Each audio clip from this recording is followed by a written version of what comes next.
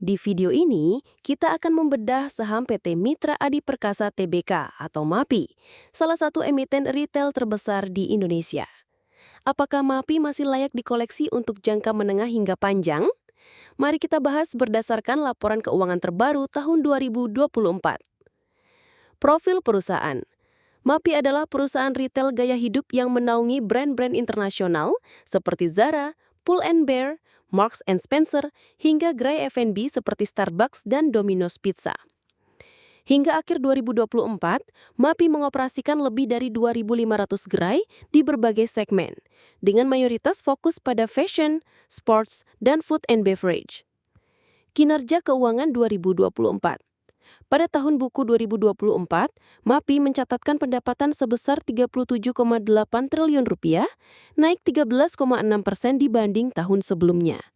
Sementara itu, laba bersih mencapai Rp1,76 triliun, sedikit turun sekitar 6,7% secara tahunan. Penurunan ini disebabkan tekanan margin dari peningkatan stok dan biaya operasional. Earnings per share atau EPS juga mengalami penurunan dari 114 menjadi sekitar 107 per saham. Rasio keuangan. Dari sisi profitabilitas, gross profit margin berada di level 42,6%. Sementara net profit margin turun sedikit ke sekitar 4,8%. ROE atau return on equity MAPI berada di angka 16,3%, menurun dari 20% tahun sebelumnya. DER atau debt to equity ratio relatif sehat di kisaran 1 kali. Menariknya, posisi kas perusahaan lebih besar dari total pinjaman. Ini menunjukkan kondisi likuiditas yang sangat baik. Valuasi saham. Saat ini, valuasi saham MAPI berdasarkan price to earnings ratio berada di kisaran 11 hingga 12 kali. Sementara price to book value di kisaran 1,9 kali. Valuasi ini cenderung undervalue jika dibandingkan dengan rata-rata sektor retail atau performa historis MAPI sendiri. Prospek dan tantangan. MAPI terus melakukan ekspansi dengan penambahan lebih dari 300 gerai baru pada tahun 2024, terutama di segmen sports dan active lifestyle.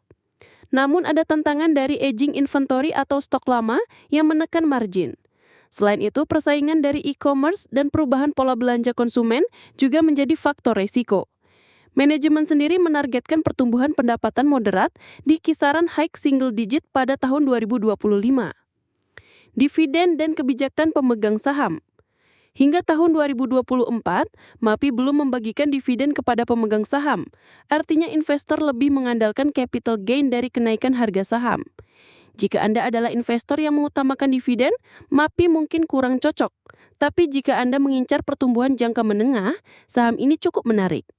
Kesimpulan, saham MAPI layak dikoleksi. Dengan fundamental yang solid, pertumbuhan penjualan yang positif, dan posisi keuangan yang sehat, MAPI tetap menjadi salah satu saham retail yang menarik.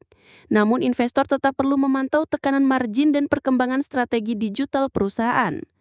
Rekomendasi, buy untuk jangka menengah hingga panjang, terutama bagi investor bertipe agresif hingga moderat. Bagaimana menurut Anda tentang saham MAPI? Tulis pendapat Anda di kolom komentar.